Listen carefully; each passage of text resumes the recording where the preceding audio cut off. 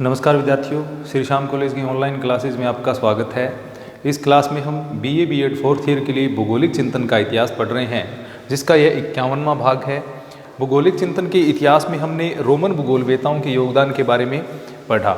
अब रोमन भूगोलवेताओं के योगदान के पश्चात हम अरब भूगोलवेताओं के योगदान के बारे में पढ़ेंगे।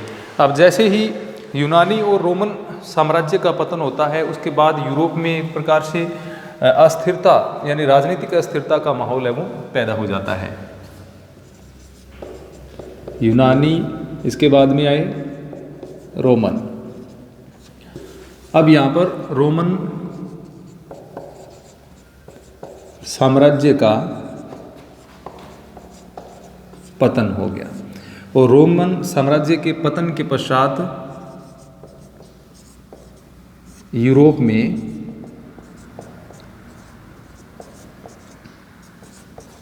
राजनीतिक अस्थिरता एक बार से पैदा होगी रोमन साम्राज्य के पश्चात। और यहाँ जो ये राजनीतिक बिखराव का समय था यूरोप में, और यहाँ का जो भौगोलिक ज्ञान था, जो रोमन भूगोलवेताओं का जो भौगोलिक ज्ञान था, उसके ऊपर एक प्रकार से जो ईसाई धर्म की धर्मांधता, यानी इसके ऊपर भौगोलिक ज्ञान पर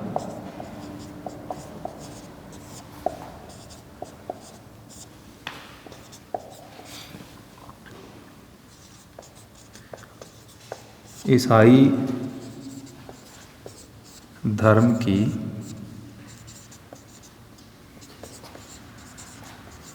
धर्मांधता, या हम कह सकते हैं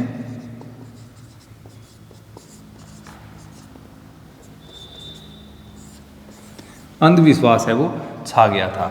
इसको हम अंधकार का युग भी इसको भौगोलिक ज्ञान के काल में कहा जाता है।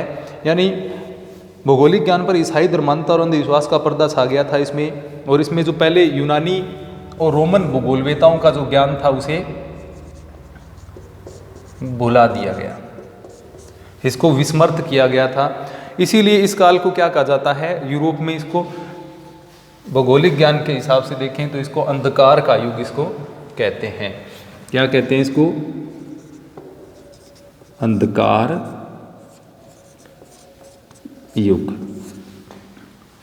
ये 3री से लेकर के 12वीं शताब्दी का काल है। 3री से लेकर के 12वीं शताब्दी तक का जो काल रहा है, उसको भौगोलिक ज्ञान की दृष्टि से, यानी इसमें भौगोलिक ज्ञान का एक प्रकार से हास हो रहा था। यूरोपीय इतिहास में 3री से लेकर के 12वीं शताब्दी का जो काल है, उसको विज्ञान से विमुख काल कह सकते हैं, भौगोलिक ज्ञान से विमुख काल इसको हम कह सकते हैं, या इसको अंधकार के युग के नाम से जाना जाता है। तो ये अंधकार का युग था। 3री से 12वीं की जो शताब्दी थी, उसमें भूगोल में और अन्य विज्ञानों में यूरोपीय क्षेत्र जो देश थे, उनमें कोई प्रगति देखने को नहीं मिली। ईसाई धर्म का बोलबाला इसमें देखा जा सकता है। ईसाई धर्म की मान्यताओं के ऊपर ही ये पूर्णतः केंद्रित था, और जो यरूशलेम है उसको इसमें केंद्र में दिखाया गया था।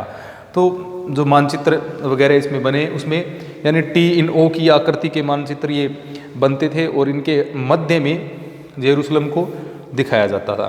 तो ये उस समय का एक प्रकार से भौगोलिक ज्ञान था, यानी पूर्णतः ईसाई धर्म के ऊपर आधारित ये इनका ज्ञान रहा था।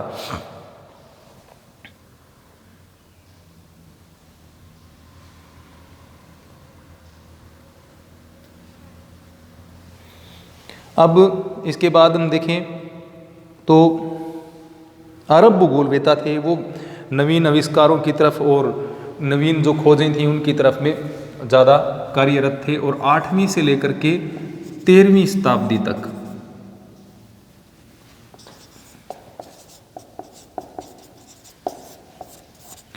यहाँ पर अरब भूगोलवेताओं का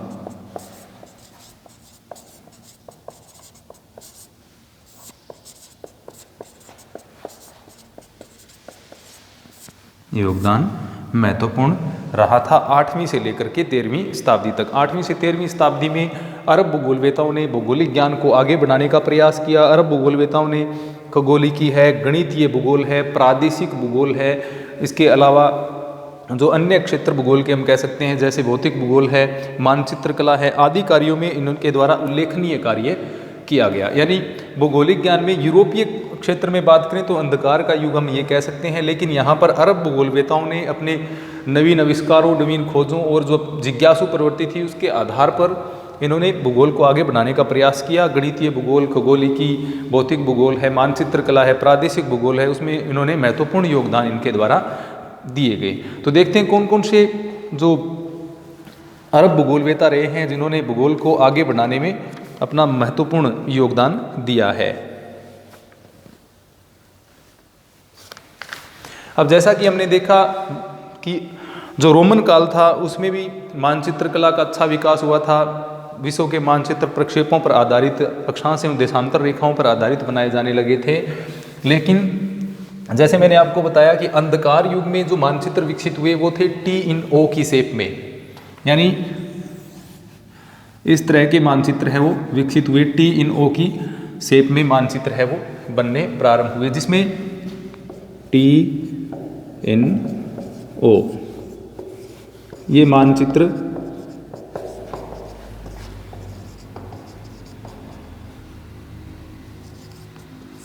अंधकार युग की देन थे। केंद्र में जेरूसलम को दिखाया गया और स्थलीय भाग के चारों ओर जलीय भाग या नदी की कल्पना इसमें की गई है। अब अरब भूगोलवेताओं ने इनमें एक अलग से इनकी श्रृंखला विकसित हुई, अलग से भूगोल का क्षेत्र इनके द्वारा विकसित किया गया। यानी इनका एक महत्वपूर्ण योगदान अलग से रहा, जिन्होंने इनकी भौगोलिक ज्ञान की पीछे की जो विशेषताएं अगर हम कह सकें कि उनका भौगोलिक ज्ञान विकसित होने के पीछे के जो कारण है तो इनकी साम्राज्य विस्तार की दृष्टि, जिज्ञासु प्रकृति, ये साहसी थे और दूसरे क्षेत्रों में जाने के लिए जिज्ञासा भी ये रखते थे। इनकी तीर्थ यात्राएं, व्यापारिक यात्राएं, सांस्कृतिक संपर्क है या भौगोलिक पर्यावरण के प्रति इनका लगाव है, उन्हीं के कारण इन्होंने क्या है भूगोल में नई नई खोजें इनके द्वारा की गई, नई नई जो विश्व के भौगोलिक वर्णन है वो इनके द्वारा किए गए। तो सबसे पहले नाम आता है मोहम्मद अब्दुल कासिम।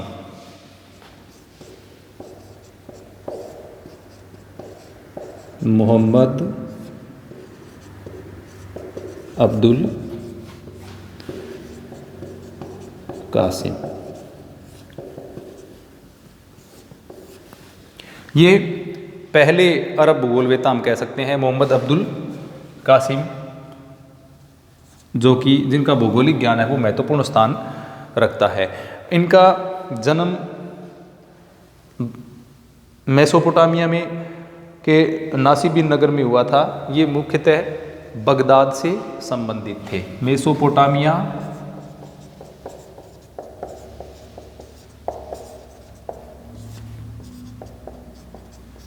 नासिबिन नगर हम कह सकते हैं ये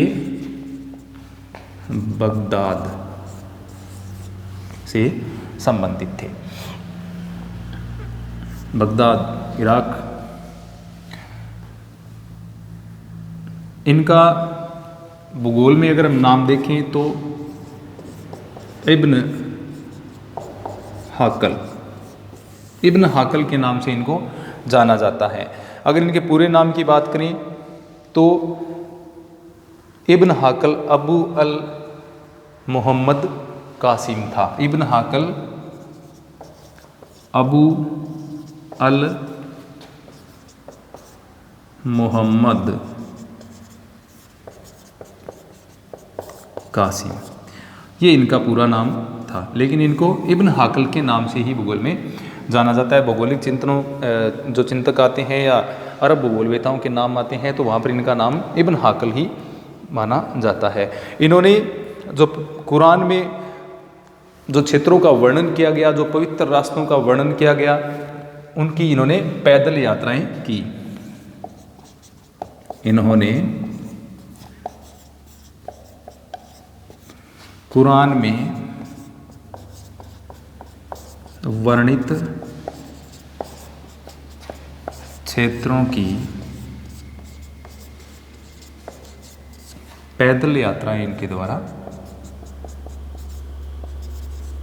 की गई। यानी कुरान में जिन क्षेत्रों को, जिन पवित्र मार्गों का वर्णन कुरान में किया गया है, उनका इन्होंने उन क्षेत्रों की पैदल यात्राएं की थी और इनकी जो यात्रा का समय है वो 943 ईस्वी से प्रारंभ होता है। यानी 943 ईस्वी से इन्होंने प्रारंभ किया। इसमें इन्होंने ईरान, इराक, यहाँ से ये अपनी यात्रा इन्होंने प्रारंभ की थी। तो इन्होंने ईरान, इराक, मिस्र, सीरिया, उत्तरी अफ्रीका,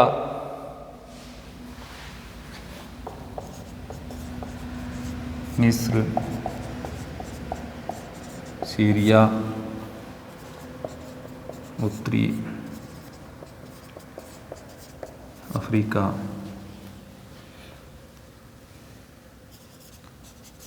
अल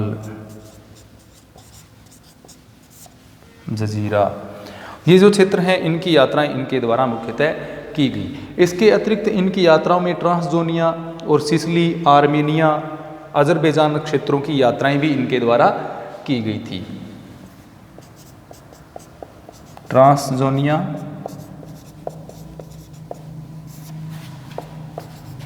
इटली, सिसिली, आर्मेनिया, इसके अलावा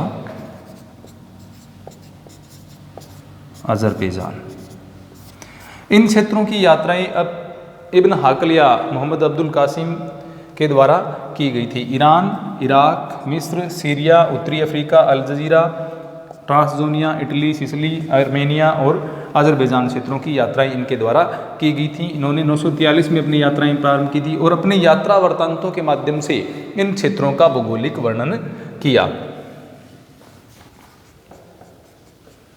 यात्रा वृत्तांत के माध्यम से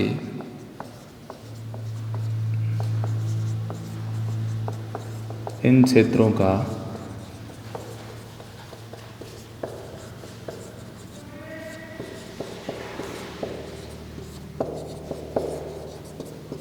भौगोलिक वर्णन किया।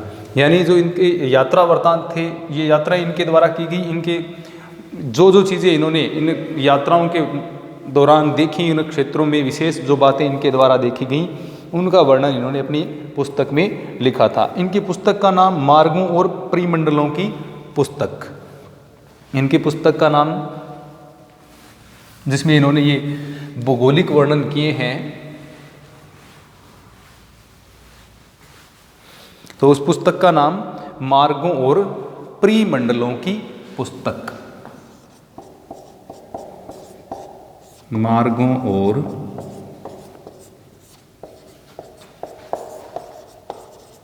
परिमंडलों की पुस्तक। दोनों नाम आपको याद रखने होंगे हिंदी और इंग्लिश में। A book of roots and realms, a book of roots and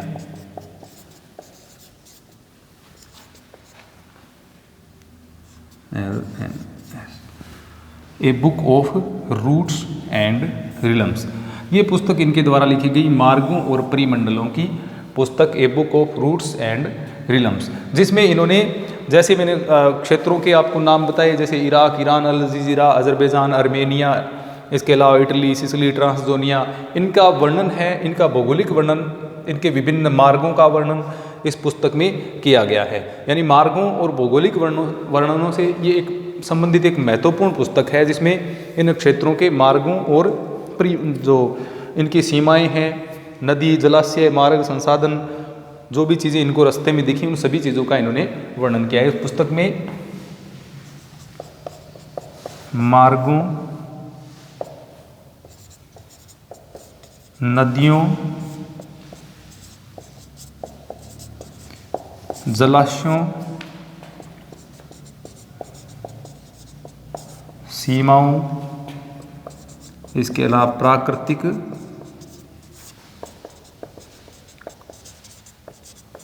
संसाधनों, इन चीज़ों का वर्णन इस पुस्तक में इब्न हाकल के द्वारा किया गया। आप इसका इब्न हाकल नाम अवश्य याद रखें, इब्न हाकल, शॉर्ट में यही नाम सबसे ज़्यादा इनका काम में लिया गया है।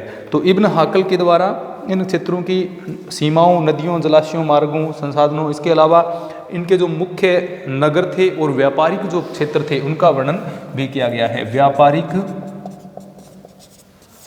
नगरों या केंद्र कह सकते हैं तथा जो सामान्य नगर थे तथा नगरों का वर्णन। तो ये जो पुस्तक है मार्गों और परिमंडलों की पुस्तक, a book of roots and realms में इन्होंने जो विभिन्न देशों के जैसे इराक, ईरान में जो क्षेत्र हैं, इसके अलावा अजरबैजान, अर्मेनिया और इटली, सिसिली, ट्रांसजोनिया आदि जो क्षेत्र हैं, मिस्र है, उत्तरी अफ्रीका है आदि के मार्गों, नदियों, जलाशयों, सीमाओं, प्राकृतिक संसाधनों और व्यापारिक नगरों तथा नगरों का विस्तृत वर्णन इनके द्वारा इसमें किया गया है। तो कौन कौन से क्षेत्रों से उस समय इन क्षेत्रों का, इन प्रदेशों का व्यापार होता था, कौन कौन से इसमें नदियाँ और जलाशय पाए जाते थे और कौन से इनमें प्राकृतिक संसाधन थे, उनका विस्तृत वर्णन इस पुस्तक में किया गया है। यानी अपनी यात्रा वृत्तांत के माध्यम से इन्होंने ये सारी जानकारियाँ प्रस्तुत की। इन्होंने यात्राएं की पैदल इन क्षेत्रों की, और जो भी चीज़ें इनको विशेष इन क्षेत्रों में दिखी उनका वर्णन इनके द्वारा इस पुस्तक में किया गया है। इसके अलावा इन्होंने कई यूरोपीय देशों का भौगोलिक वर्णन भी किया गया है, और इनके एक विवरण से यह पता चलता है कि इन्होंने ये बताया कि कैस्पियन सागर है वो उत्तरी सागर से जुड़ा हुआ नहीं है। इनके अनुसार इन्होंने यूरोपीय देशों का भौगोलिक वर्णन किया,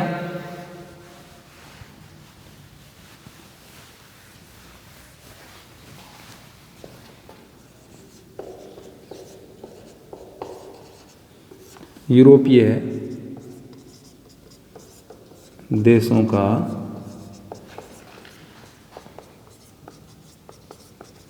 भौगोलिक वर्णन। इसके अलावा इनके वर्णनों के अनुसार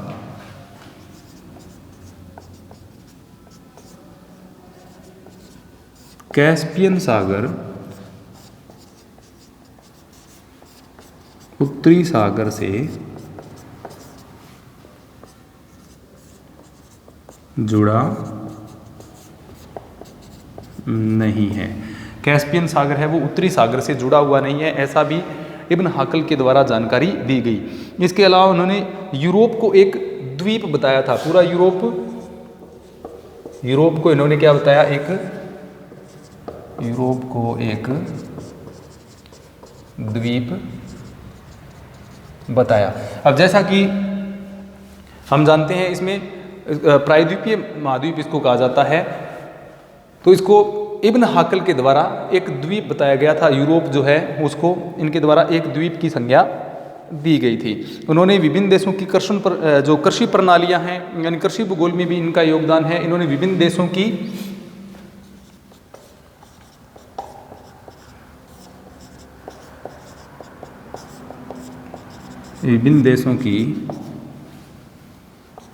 कृषि प्रणालियां, यानी कि कौन सी विधियों से वहाँ पर कृषि की जाती हैं, उनका वर्णन इनके द्वारा किया गया। किस प्रकार से सिंचाई की व्यवस्था की जाती है, किस प्रकार बीजों का रोपण या फसलों की बुआई की जाती है, इसका वर्णन भी इब्न हाकल के द्वारा विभिन्न क्षेत्रों की जानकारियों में इनके द्वारा प्रस्तुत किया गया इस पुस्तक में, जिसका नाम है a book of roots and realms, यानी मार्गों और परिमंडलों की पुस्तक। इसके द्वारा इन्होंने विभिन्न क्षेत्रों की कृषि प्रणालियों का, यानी कौन कौन सी विधियों से कृषियाँ की जाती हैं, इसके अलावा विभिन्न देशों की कृषि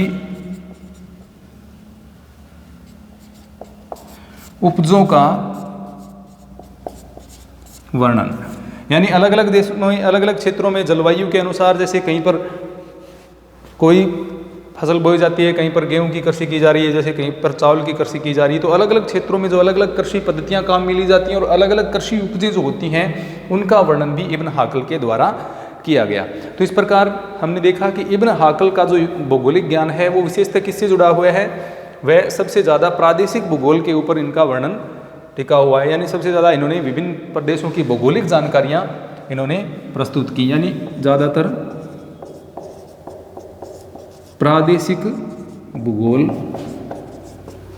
का वर्णन इनके द्वारा किया गया। इसके अलावा इन्होंने कृषि भूगोल, भौतिक भूगोल में भी इनका योगदान है वो देखने को मिलता है।